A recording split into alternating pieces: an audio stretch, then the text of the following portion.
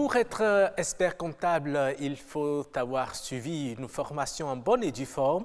Mais lorsqu'on est expert comptable, il faut régulièrement se faire former pour actualiser ses connaissances. Eh bien, je vais vous inviter à suivre ce reportage d'une formation des experts comptables. 3 jours de formation pour les agents comptables des entreprises du Bénin. Ils se sont informés sur le système comptable de l'Organisation pour l'harmonisation en Afrique du droit des affaires révisé, SISCOADA révisé. Ce séminaire de formation a permis de sensibiliser sur les changements qu'implique le SISCOADA révisé. Le système comptable de l'OHADA est un système qui est utilisé par 17 États de l'OHADA et est applicable désormais pour toutes les sociétés, toutes les entités, on dit maintenant, dans tous les 17 États. Cette formation permettra donc aux participants d'avoir de nouveaux comportements sur la comptabilité de leurs entreprises. Il est important que dans l'implémentation du SISCOADA révisé, que les gens recourent à des experts comptables, à des gens qui savent faire la chose, qui peuvent vraiment les aider. Parce que s'ils se trompent dès le départ, on risque, nous autres, experts comptables, commissaires aux comptes, d'avoir des difficultés à la fin. Le nouveau plan nous apporte des solutions à ces interrogations. Et pour la communication de l'information financière, on avait quelques soucis aussi. Et avec les notes désormais qui vont accompagner les états financiers, le chef d'entreprise est en mesure de parler le même langage que nous devant les membres du conseil d'administration. Le basculement vers le SISCOADA révisé se fera en douceur. Là, merci à vous, Ghislain Poguet, pour ce reportage et notre expert comptable en fin de formation. Il est déjà sur ce plateau. Il va nous dire pourquoi il faut préciser en fin de formation si on n'est pas expert comptable. Bonsoir, Wilfried Kwesi. Bonsoir. Vous êtes expert comptable. Vous insistez qu'on ajoute en fin de formation. Oh oui, parce que la précision, elle est très importante. Parce que vous avez un cycle de 8 ans. Après les 8 ans, il faut normalement soutenir. Dis donc. Et quand vous soutenez devant un jury français à Paris. Et lorsqu'on vous donne le diplôme, vous êtes expert comptable diplômé. Donc depuis 2 ans, moi j'ai fini ma formation. Mais c'est en novembre prochain que vous allez soutenir. Je prévois aller soutenir. C'est pourquoi j'insiste qu'on dise expert comptable en fin de formation pour éviter toute polémique. Très bien, très bien. Merci beaucoup. Moi, je saute déjà sur l'occasion. Oui. Puisqu'il parle déjà de la formation, je voudrais savoir, est-ce qu'il n'y a pas d'école ici qui forme pour délivrer en même temps le diplôme? Il faut aller jusqu'en France? Il y a deux cursus pour faire l'expertise comptable. On a le cursus français.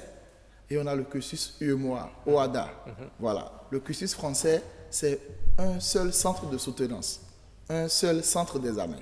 Et ce seul centre-là, c'est forcément Paris. Quel que soit le pays d'où vous venez, c'est Paris.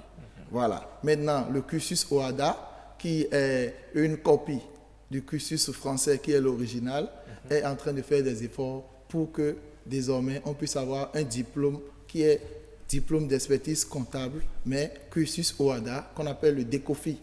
Et c'est la Côte d'Ivoire et le Sénégal qui ont pris un peu le lead dans ce domaine. Et désormais, à partir de cette année, je crois, le Bénin a abrité à 2 centres qui vont former. Ok, mais aujourd'hui, nous allons parler de l'utilité d'avoir un expert comptable au sein d'une entreprise. En tout cas, nous reviendrons sur la formation. Nous allons y consacrer quelques minutes parce que nous avons de jeunes bacheliers qui voudront certainement devenir des experts comptables. Il va leur donner les voies et moyens pour le devenir. Mais nous parlons, comme vous l'avez dit, de l'utilité de l'expert comptable au sein d'une entreprise. Alors, dites-moi, peut-on se passer aujourd'hui d'un expert comptable dans une entreprise?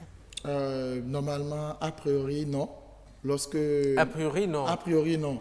A priori, non, parce que lorsque l'entité rêve de devenir très grande, d'avoir des opérations très significatives, d'avoir des partenaires importants et de faire preuve d'une certaine notoriété, d'une certaine crédibilité, d'une sincérité au niveau de l'image fidèle des comptes annuels, pour pouvoir refléter la situation financière, il faut un professionnel libéral qui atteste, qui confirme, qui donne de la crédibilité.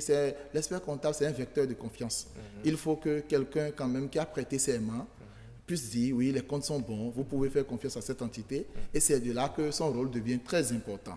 Donc, si l'entité est petite, elle peut se passer d'un expert comptable, mais dès lors qu'elle commence par à croître, à aller vers de grands partenaires, à solliciter des financements importants, il faut que quelqu'un puisse dire les comptes sont bons, et la personne idéale, c'est l'expert comptable. Donc l'expert comptable est incontournable aujourd'hui.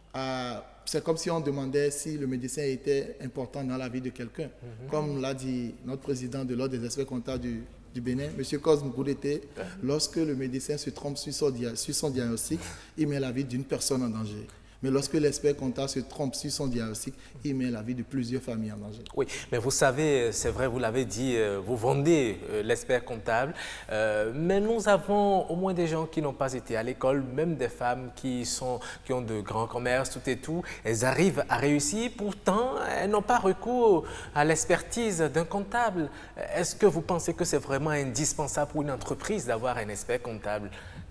Bon, je comprends un peu. Vous savez, ce sont dans les pays sous-développés qu'on rencontre ce genre de choses.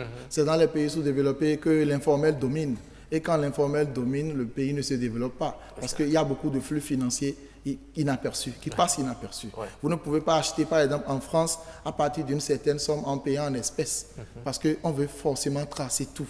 Vous savez, il y a des situations comme le blanchiment d'argent. C'est pour ça d'ailleurs qu'il y a le CENTIF au Bénin, par exemple, désormais. C'est pour dire quoi? Lorsque on n'a pas le formel qui est développé, un pays ne peut pas se développer. Le commerce informel, c'est bon, mais vous allez voir, quand vous voulez un marché, tout ça, on commence à vous demander, est-ce que il fuit, attestation fiscale, et ça devient un blocage. Si vous voulez évoluer dans l'obscurité, ça ne pose pas de problème. Mais si vous voulez vraiment croître, traiter avec des gens qui vont quitter l'extérieur, développer votre activité, aller montrer aux autres que vraiment vous existez, ne pas vendre seulement à l'interne, il va falloir quand même remplir les formalités pour être formel. Et lorsque vous serez formel, à un âge donné, en termes de chiffre d'affaires, en termes de volume d'activité, l'expert comptable devient un collaborateur incontournable. Alors, vous avez parlé du marché informel. Hein. Oui. C'est vrai, les dames, elles arrivent à garder leur argent, mais elles ne savent pas comment faire, tenir la comptabilité, par exemple. Mais c'est important pour une entreprise. Oui, bon, vous savez, la comptabilité est très importante pour une entreprise. Vous savez, il y a des gens qui vendent jusqu'à... ils consomment même le fonds de commerce, ils consomment le capital. Ils consomment le capital même, c'est-à-dire le capital qui leur a permis de démarrer l'activité. Ils ne savent pas si le capital reste, est-ce qu'il y a encore une marge parce que les comptes ne sont pas tenus. Lorsque vous ne faites pas de la comptabilité, vous ne tenez pas de comptabilité, on peut vous roubler. Vous ne connaissez pas la comptabilité, votre comptable peut vous roubler. Votre collaboratrice, celle qui vous aide à vendre, peut voler les achats, peut voler les marchandises. Vous ne saurez pas parce que vous ne tenez pas de compte. Donc, j'ai au moins l'obligation, même lorsque je suis dans l'informel, d'avoir un cahier de recettes, un cahier de dépenses. Oui. Ce qui me permet tout au moins de savoir, aujourd'hui j'ai vendu pour tel montant, telle marchandise reste tel nombre de... Voilà un peu ce que je peux dire par rapport à ça. Alors, on retient que l'expert comptable est incontournable, mais il doit quand même travailler avec beaucoup de professionnalisme, puisqu'il est en contact avec l'argent et tout. Il doit savoir comment gérer. Exactement. L'expert comptable ne travaille pas de façon isolée. Dans un pays comme la France, qui quand même a fait de l'expertise comptable un métier reconnu, l'expert comptable évolue selon un code de déontologie. Et ce code de déontologie définit les règles professionnelles et les règles morales qu'il doit normalement suivre. Les règles de bon comportement, les règles de probité, de droiture. Il ne doit pas être un faux. Par exemple, en France, l'administration fiscale peut confier à l'expert comptable certains rôles. Comme quoi, l'expert comptable peut aider l'administration fiscale à dire oui, telle entité a une bonne situation, est à jour. On parle du rôle de tiers de confiance. On a des missions comme le visa fiscal. Le visa fiscal, c'est l'administration fiscale quand même permet toujours à un expert comptable de dire, voilà, à travers des ratios, des calculs, que telle entité est à jour vis-à-vis de la fiscalité. Bon, l'expert comptable va encore plus loin. Les experts comptables peuvent, à travers un groupe, à travers leur ordre, parce qu'il y a un ordre des experts comptables, peuvent par exemple signer des partenariats avec des banques, des groupes bancaires, pour aider les toutes petites entreprises, les TPE ou bien les PME, les petites et moyennes entreprises, dans la sollicitation de financement. Justement, pour solliciter les experts comptables, il paraît que il faut débourser une forte somme d'argent. C'est pourquoi les chefs d'entreprise sont réticents à solliciter vos services lorsque leurs entreprises n'atteignent pas encore un certain niveau. Est-ce que vous ne pensez pas que c'est un facteur de blocage? Bon, vous avez partiellement raison, mais il faut reconnaître que les experts comptables sont des actionnaires non inscrits au capital de l'entité. Parce que lorsque vous avez des informations financières fiables et que votre entité se porte très bien, votre activité va se développer correctement. Et lorsque vous payez même l'expert comptable, vous n'allez pas sentir que vous êtes en train de payer une certaine somme. Encore que, en matière d'honoraires, de tarification, l'expert comptable ne se lève pas pour faire ce qu'il veut. Il y a des règles dans le domaine qui fixent le taux horaire de l'expert comptable, combien il doit prendre par heure. Et c'est en fonction du budget d'heure alloué à votre activité, à votre entité, qu'on fait la fixation et l'enveloppe globale sera déboursée par l'entité. Mais est-ce que lorsqu'il arrive que l'expert comptable enfreint à la loi, est-ce qu'il y a des amendements? Amende à payer, il y a la responsabilité de l'expert comptable. Vous pouvez aller en prison. Vous pouvez aller en prison. On peut vous retirer même le titre. On peut vous suspendre provisoirement, comme on peut vous aussi le retirer définitivement. C'est pourquoi vous n'avez pas le choix. Si vous n'êtes pas inscrit sur un tableau, vous ne pouvez pas exercer en tant qu'expert comptable. Donc une sanction peut consister à vous radier du tableau. Et c'est pour toujours. Et de la même manière, il y a certains experts comptables aussi qui essaient de masquer certains chiffres pour ne pas permettre aux chefs d'entreprise de beaucoup payer au fisc. Est-ce que vous ne voyez pas que ce sont des pratiques parfois? Est-ce que c'est maquiller les comptes? Vous savez, dans son rôle, dans ses missions, l'expert comptable joue un rôle d'optimisation fiscale. C'est-à-dire c'est un conseil fiscal qui permet à l'entité de payer moins d'impôts. C'est son objectif, ça. Il est le conseiller du DG ou bien de la société. Donc, ce n'est pas la connaissance des tests. Je donne un exemple banal. L'administration fiscale envoie un redressement fiscal à une entité. Et on dit peut-être que l'entité va payer 100 millions, avec les arguments suffisants quand même qui montrent que c'est 100 millions que l'entité doit payer. L'expert comptable, étant donné qu'il est un sachant, quelqu'un qui maîtrise bien les tests, il sort les tests et il démontre par A plus B que là où c'est 100 millions, quand on fait bien les calculs, c'est 80 millions qu'on doit payer. Donc, ce n'est pas un maquillage, ce n'est pas une fraude, c'est la connaissance. Donc, c'est une confrontation d'idées. D'accord. Pour finir, mettre un terme à notre entretien, on en a parlé à l'entame. Oui, la formation, nous avons beaucoup de jeunes qui ont obtenu leur bac, qui certainement, en vous voyant très bien habillés, en vous voyant bien vous exprimer, ont envie d'embrasser aussi cette carrière. Qu'est-ce que vous avez à leur dire?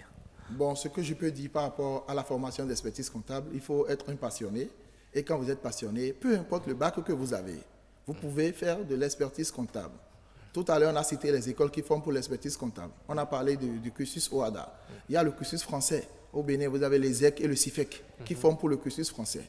Donc, ces deux écoles, les ZEC ont plus de 20 ans d'ancienneté. Le CIFEC, ça fait déjà au moins 10 ans qu'ils sont là. Un enfant qui veut faire l'expertise comptable, il a deux possibilités selon moi. Soit on l'inscrit directement dans le cursus, soit il fait une formation locale comme ENAM ou ENEAM et parallèlement, il valide ce qu'on appelle les unités d'enseignement. En collaboration avec l'Institut français, on paye et à la fin de chaque année, on compose. Mais là, il est en candidature libre. Donc, s'il est un passionné des chiffres, c'est bon. S'il n'est pas un passionné des chiffres, ce n'est pas bon. Donc, ceux qui font la littérature n'ont pas de chance. Attention, il y a une modification que je peux apporter rapidement. Oui. Je connais des gens qui ont le bac A et qui ont l'expertise comptable. Donc, je connais des gens qui sont mécaniciens de formation et qui sont devenus experts comptables. Donc, c'est un domaine où c'est la logique qui domine. C'est la logique qui domine. Même si j'ai fait un bac A et que je raisonne bien, j'ai des arguments solides, voilà, on dit que la comptabilité est l'algèbre du droit. Donc, il faut être bon en droit, être bon en chiffres. Et il faut être un être complet parce que l'anglais importe aussi, l'économie importe aussi, l'informatique. Donc voilà, en réalité, on ne devrait pas s'appeler expert comptable parce que nous sommes des généralistes au fait, pas des spécialistes. Merci beaucoup. C'était intéressant votre intervention sur cette émission, Monsieur Wilfried Kouessi. Je rappelle que vous êtes expert comptable en fin de formation et que d'ici quelques mois, vous allez soutenir pour devenir expert comptable diplômé. Amen, voilà. Pourquoi pas. Amen. Merci également à vous, Fulgencia Rontondi.